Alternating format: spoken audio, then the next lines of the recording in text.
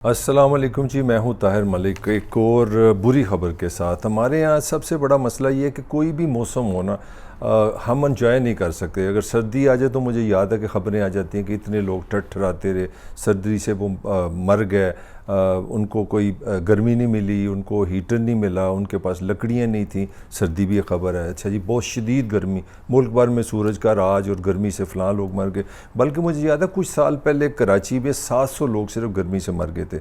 चलें जी, गर्मी भी होगी, फिर बारिशें आ जाए सैलाब से, तो ऑलरेडी आपको पता है 1700 लोग इस दुनिया से चले गए हैं। तकरीबन 1/3 पाकिस्तान जो है राइट नो वो सैलाब से मुतासर है, फसलें तबाह हैं, एक बुरे हाल हैं, इकॉनमी के बुरे हालात हैं। जो कहना मैं ये चाह रहा हूँ कि यहाँ कोई मौसम भी है ना, अच्छा मौसम नहीं है आवाम के लिए। आवाम के लिए कोई ख़बर अच्छी नहीं लाता।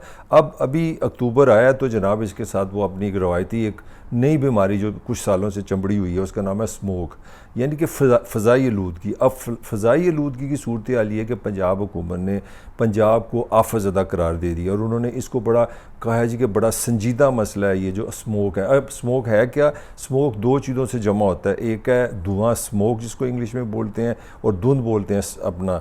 जब धुआं और धुंध ये दोनों मिलते हैं और इसमें सूरज की जो रोशनी जब इसमें मिक्स होती है ना, तो वो एक स्मोक, उसका नया एक जो चीज़ बनी है वो ये है कि एक धुंध है, धुंध हेल्दी होती है, मगर ये स्मोक जो है ये खड़ा हो जाता है, ये फंस जाता है, जैसे पूरी फ़िज़ा में आ जाता है। और ये इससे आपका मतलब है जब आपका शहर या आपकी फ़िज़ा स्मोक ज़दा हो जाए तो इसका मतलब है आपने बीमारियों को दावत दे दी है कि वो आगे लोगों का बुरा हाल कर दें। तो इस वक्त जो कुछ साल पहले जो पंजाब की इस वक्त सिचुएशन बन गई है, वो स्मोक से समझ लें ख़तरा सर पे खड़ा है। और ये इतना संजीदा ख़तरा है कि पाकिस्तान के जो पिछले डाटे में आपसे अगर शेयर करूँ तो उसमें ये आया था कि पाकिस्तान का जो लाहौर इसमें नंबर 1 शहर आया दुनिया में, most one of the polluted city in the world. अब आप अंदाज़ा लगा लें, जो शहर को कई दफ़ा गुज़श्ता 5 साल से नंबर 1 मोस्ट दुनिया का सबसे गंदा तरीन फ़ज़ाई हवाले से जो शहर है, अब उसमें जब स्मोक भी आएगी तो वहाँ क्या सूरत हाल वहाँ पर क्या होगी।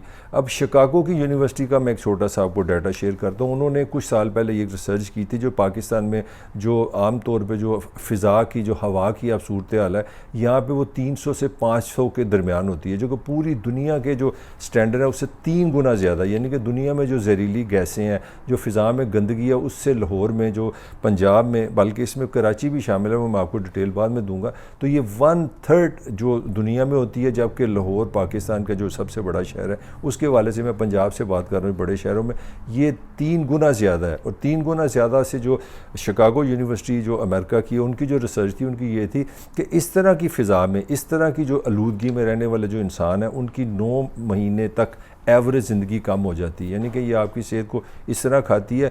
और दूसरा उन्होंने इसके साथ जो बड़ी इंटरेस्टिंग इन्फॉर्मेशन दी थी वो ये थी कि अगर आप ये फ़ज़ाई आलूदगी, ये गंदगी को अगर आप कंट्रोल कर लेते हैं तो वहाँ के रहने वाले जो इंसान है वो 4 साल तक उनकी ज़िंदगी बढ़ सकती है।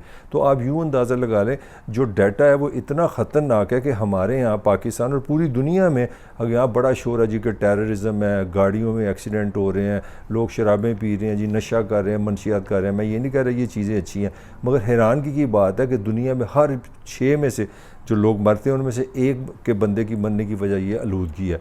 तो पाकिस्तान में भी यही सूरत हाल है कि जो 6 बंदे जो दुनिया से जाते हैं उसमें एक ही वजह जो होती है आलूदगी, और उसमें भी सबसे नंबर 1 जो है वो फ़िज़ाई आलूदगी है। और इसके हवाले से जो दुनिया के टॉप 3 शहर हैं, पहले 10 में से वेरी अनफॉर्चुनेटली उसमें 3 शहर हैं जो पाकिस्तान से हैं। उसमें लाहौर है, उसमें कराची है, उसमें बहावलपुर है। अब मेरे लिए भी बड़ी हैरत हुई कि कुछ दिनों में बहावलपुर भी दुनिया का मोस्ट पोल्यूटेड सिटी था, एयर पोल्यूशन जहाँ पे सबसे ज़्यादा थी। तो मैंने इस पर कोशिश की कि बहावलपुर वहाँ से किस तरह आ गया। तो हमने कहीं किसी जगह को हमने माफ़ नहीं किया। हमने अपने 4 पैसे बनाने के लिए, हमारे हुक्मरानों ने, जो ताकतवर लोग हैं, उन्होंने हर चीज़ को तबाह बर्बाद किया। उन्होंने कल्चर को तबाह किया, उन्होंने मोरालिटी को तबाह किया, उन्होंने सियासत को तबाह किया, उन्होंने मीडिया को तबाह किया। अब इन्वायरमेंट के साथ देखें क्या हुआ है। अब बहावलपुर के साथ एक चोलिस्तान का एक डेजर्ट है, एक सहरा है। तो जनाब कुछ ताकतवर जो सरकारी रिटायर ऑफिसर्स हैं उनको वहाँ पे ज़मीनें मिल गई। जब उनको पता मिला कि समझ आई कि ये ज़मीनें मिल गई हैं तो उन्होंने वहाँ एग्रीकल्चर शुरू कर दी। उन्होंने काश्तकारों को वो ज़मीनें वो देनी शुरू कर दी, किराए पे समझ लें, उनसे पैसा कमाने के लिए। अब उसका इफेक्ट तो हो गया, कुछ फैमिलीज़ को तो जनाब अच्छे पैसे मिल गए, वहाँ डेवलपमेंट शुरू हो गई, हाउसिंग शुरू हो गई। मगर उसका नुकसान ये हुआ कि जो सहरा का एक नेचुरल तवाज़न था जो सैरा की ज़रूरत थी वो ख़त्म होगी। अब जब सैरा की जो ज़मीन है, जो कुदरत ने सैरा बनाया था, आपने उसको डेवलप कर दिया, डेवलप भी आपने नॉन साइंटिफिकली किया, तो उससे वहाँ की जो इन्वायरमेंट है सबसे ज़्यादा अफेक्ट हुई है। तो पाकिस्तान के जो 3 शहर जो मैं बार बार आपको गिना रहा हूँ, जो मेन शहर हैं, कराची है, लाहौर है और बहावलपुर है, ये 3 गंदे तरीन मोस्ट पोल्यूटेड सिटीज़ में आते हैं। बाकियों का इसलिए नहीं मैं कह रहा कि वाकई पंजाब के, तो बाकी शहरों का भी यही हाल है। आप गुजरांवाले चले जाएँ, कसूर चले जाएँ, आप फैसलाबाद चले जाएँ, मुल्तान चले जाएँ, तो सूरत हाल एक ही है। तो ये जो इस वक्त सूरत हाल बनी हुई है, इस पर जो हुकूमत ने जनाब ये बड़ा अच्छी आपको ख़बर दे दी है कि जनाब हमने बता दिया आपको कि जनाब आफत ज़्यादा, हम ये कर देंगे वो कर देंगे, और इसका होना आना कुछ नहीं। इसका एक ही होना है कि जो एनवायरनमेंट की एजेंसी है वो सरकारी मुलाजमों की मज़ीद लॉटरी निकल आएगी। अब वो जाएंगे, कोई फैक्ट्री बनी है उस पर जब हम हमला कर देंगे कि जी आप धुआं निकाल लें, हम आपको गिरफ़्तार करेंगे, हमें इतने पैसे लगाओ। आप कोई फसलें जला रहा होगा उस पर चढ़ाई कर देंगे, जी इतने पैसे दो नहीं तो हम तो पे मुकदमा कर देंगे। गरीबों के जो ईंटें बनाते हैं वहाँ से धुआं निकलता है। तो पॉइंट ये है कि हमने, हुकूमत ने या रियासत ने कोई ऐसी फैसिलिटेशन नहीं करनी, पहले कोई एजुकेशन नहीं देनी, लोगों को पहले एजुकेट किया जाए, उनको मुतबादल दिया जाए, उनको ऐसी टेक्नोलॉजी दी जाए, इस पर रिसर्च की जाए। नहीं, आप हज़ारों सालों से, सदियों से जब आपकी फसलें ख़त्म होती हैं तो आप जला देते हैं, जो उसका बचत होती है तो उससे धुआं पैदा होता है। भाई आप ज़रूर पाबंदी लगाएं उस पर, मगर उसका कोई अल्टरनेटिव तो दें, कोई उसका मुतबादल तो दें। तो हमारे हुक्मरानों का पुराना वतीरा है कि जनाब आपको जब मीडिया से या दाएँ बात से जब शोर चल रहा है कि ये चीज़ें ख़राब हो रही हैं, तो फिर आप ये करते हैं कि आप फ़ौरन पाबंदी लगा देते हैं और सरकारी मुलाजमों को छोड़ देते हैं। वो जनाब अपने दिहाड़ियाँ लगाने के लिए रिश्वत का बाज़ार गर्म कर देते हैं और हर बंदे को कानून के नाम से ज़िबा करना शुरू कर देते हैं।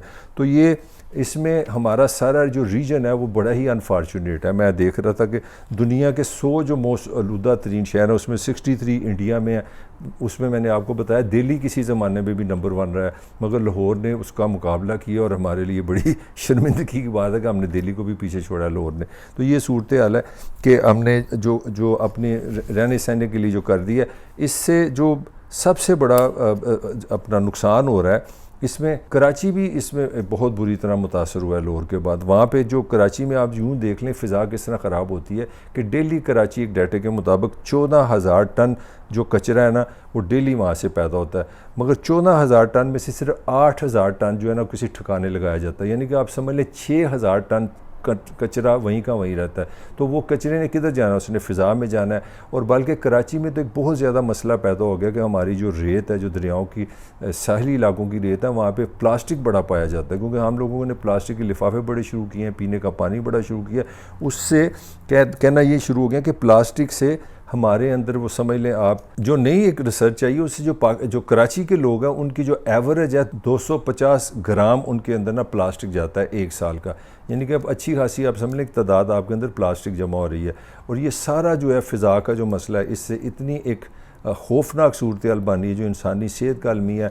अगर हमने फ़िज़ा अपनी साफ़ नहीं करते तो हम लोगों की सेहत से खेलते हैं, हम लोगों की प्रोडक्टिविटी से खेलते हैं, लोग बीमार होते हैं, दफ्तरों से छुट्टी करते हैं, उसका भी नुकसान होता है। और सबसे बड़ी बात, जब आप दवाइयाँ लेते हैं, डॉक्टरों के पास जाते हैं, दवाइयाँ बाहर से आते हैं, वो भी आप पैसा पाकिस्तान के लगता है और वो भी डॉलरों की सूरत में बाहर जाता है। तो हमने चीज़ें सही नहीं करनी, हमने आसान काम नहीं करना।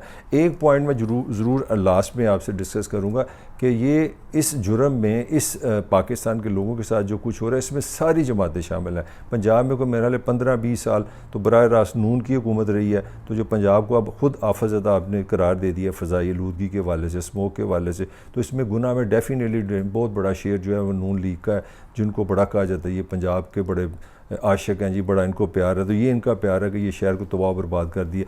अब मैं आता हूँ मुस्लिम लीग नून के बाद अपना तहरीक इंसाफ पे भी।